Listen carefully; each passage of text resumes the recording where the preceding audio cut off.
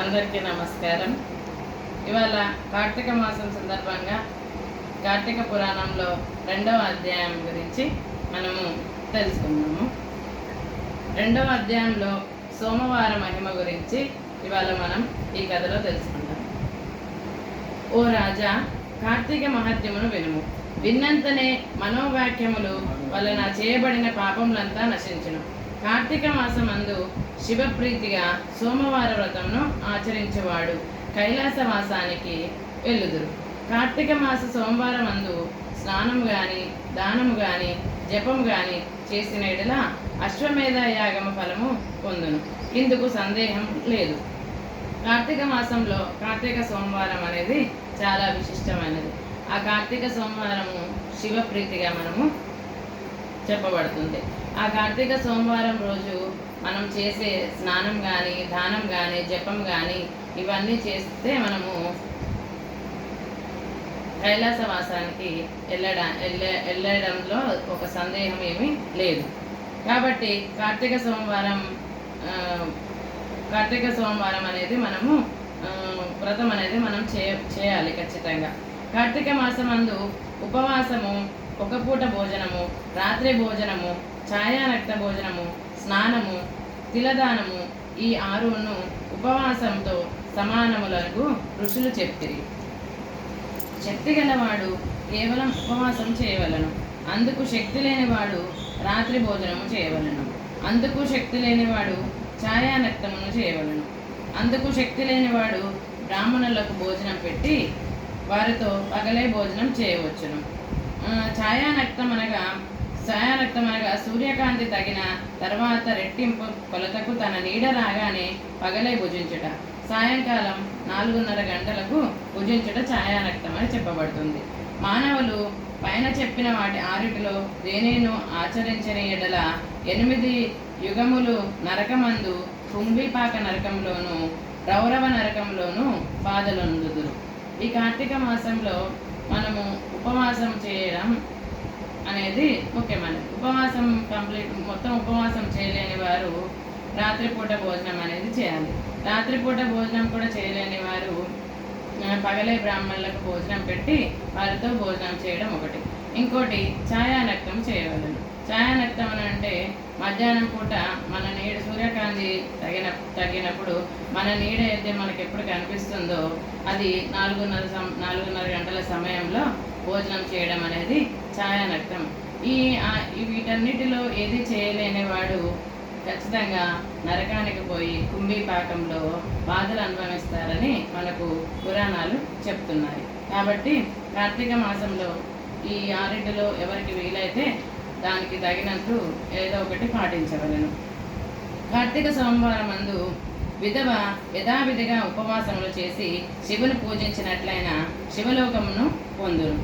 స్త్రీలు కానీ పురుషులు కానీ ఎవరు కార్తీక సోమవారం అందు నక్షత్రములను చూచి రాత్రి భోజనం చేయుదురో వారికి పాతకములు అగ్నేయం నుంచబడి దూది వలె నశించును. కార్తీక సోమవారం అందు శివలింగమును అభిషేకమును పూజ చేసి రాత్రి భుజించేవాడు శివునికి ప్రియుడగును. కార్తీక సోమవారం రోజు స్త్రీలు కానీ పురుషులు కానీ ఎవరైనా కార్తీక సోమవారం నక్షత్రంను చూసి రాత్రి కనుక భోజనం చేస్తారో వారికి పాపాలన్నీ నశించిపోతాయి. అంతేకాకుండా కార్తీక సోమవారం నందు శివాభిషేకం చేస్తే పుణ్యలోకంకి శివుడికి ప్రీతిగా మనం ఉంటాము. ఈ విషయం అందొక కథ ఉంది, చెప్పేదను వినము. ఇది వినిన వారికి కానీ చెప్పుకున్న వారికి కానీ పాపనాశనం అగును. కాశ్మీర దేశమందు పురోహితుని కూతురు స్వాతంత్రి నిష్ఠూరి అను ఒక స్త్రీ కలదు. అది చక్కని రూపము, మంచి యవ్వనంతో కూడి ఉండి తలదువ్వుకొని అలంకరించుకొని బహుగా మాట్లాడుచూ జారిని అయి ఉండేది. ఓ రాజా, దీని దుర్గణమును చూచి తల్లిదండ్రులు అత్తమామలను దీన్ని విడిచిపెట్టారు. దీని భర్త సౌరరాష్ట్ర దేశస్థుడు. అతని పేరు మిత్రశర్మ. అతడు వేదాంగ పారంగతుడు, సదాచార పండితుడు, సమస్త భూములందు దయాగలవాడు, అనేక తీర్థములు సేవించిన వాడును, అబద్ధమాడని వాడును, నిరంతరము దయగలవాడును, భర్త ఇట్టి ఉత్తమ గుణములు గలవాడైనప్పటికీ ఆ దుర్మార్గపు భార్య ఇతన్ని నిత్యము కొట్టుచుండేది.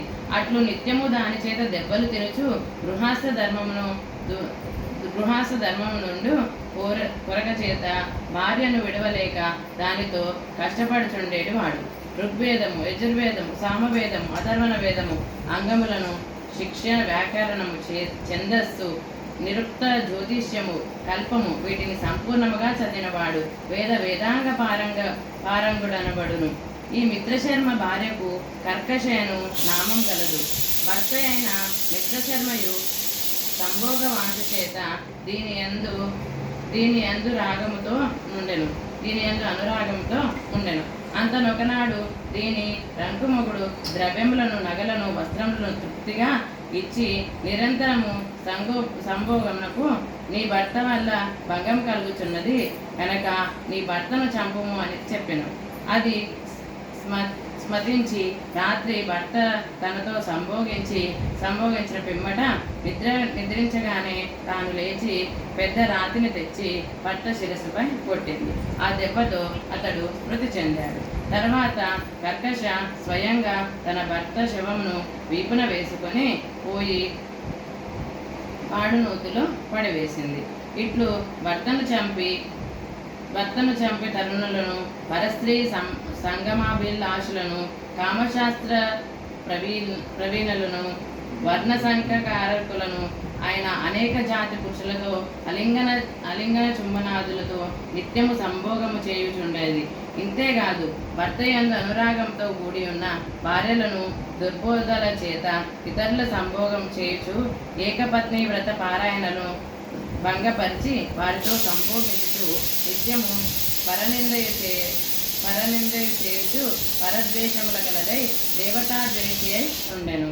అది నిరంతరము దయాశూన్యై ఆడంబరము చేత గాని, నవ్వు చేత గాని, కపటము చేత గాని విష్ణు పాదార విందమును ధ్యానించలేదు, హరికథను వినను లేదు.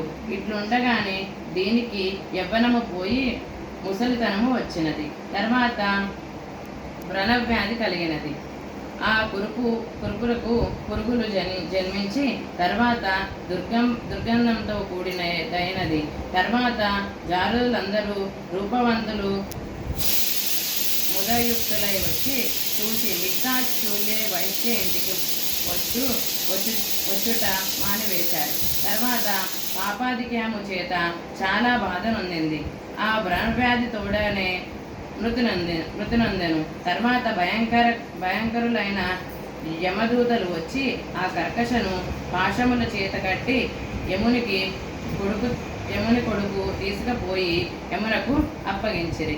యముడు దానిని చూచి కోపము చేత కల్లెర్ర చేసి దీనిని భయంకరమగు ముళ్ళతో కూడినదయు ఇనుముతో చేయబడిన స్తంభమును కాల్చి మండుచుండగా ఆలింగనము చేయుచుండని కఠినమైన శిక్షను విధించెను. అంత యమాజ్ఞ మీద భటులు ఆ కర్కశను చేసిన పాపములకు చెప్పుచు ఆ వేడి స్తంభమును సంభోగించుమనిరి. తర్వాత దాని పాదములు రెండు పట్టుకొని గిరగిరా తిప్పి రాతి మీద పెట్టి కొట్టిరి. తర్వాత రక్తమును కాచి త్రాగించిరి. సీసము కాచి రెండు చెవులలో పోసిరి. యమకింకరులు యమాజ్ఞ చిత్రాగుప్తులచే అనేక రక బాధములు గురిచేసిరి.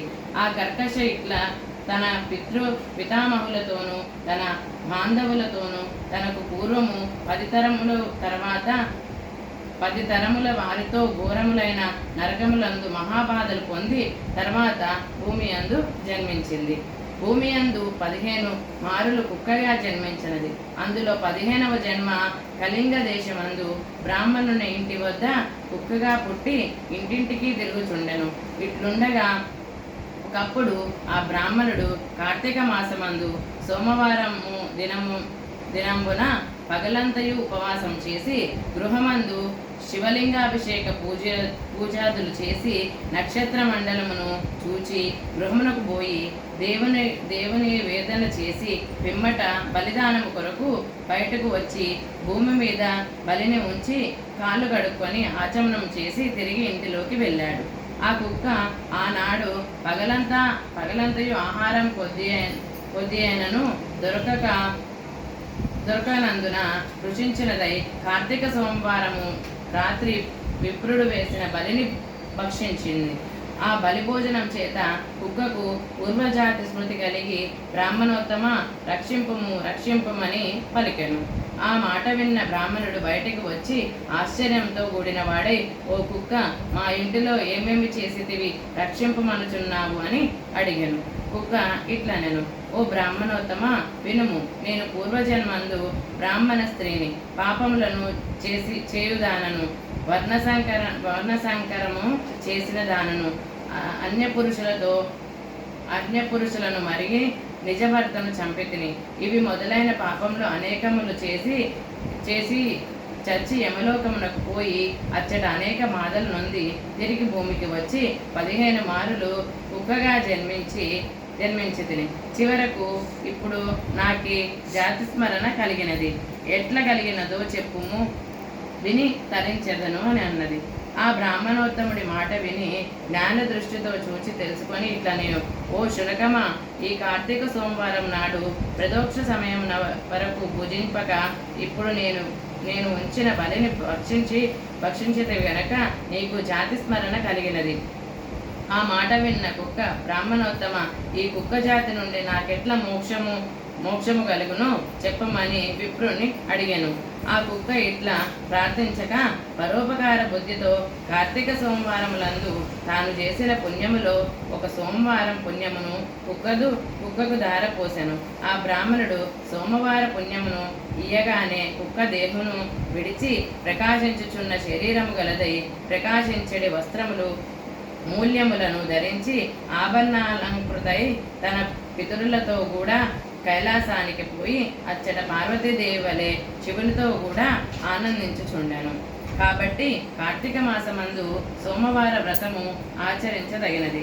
ఎవరు కార్తీక సోమవార వ్రతమును చేయుదురో వారికి మోక్షము హస్తముందుండును. కాబట్టి ఓం జనక మహారాజా, పుణ్యప్రదమైన కార్తీక వ్రతమును నీవు చేయము అని జనక మహారాజుతో వశిష్ఠుడు ఇట్లా పలికెను.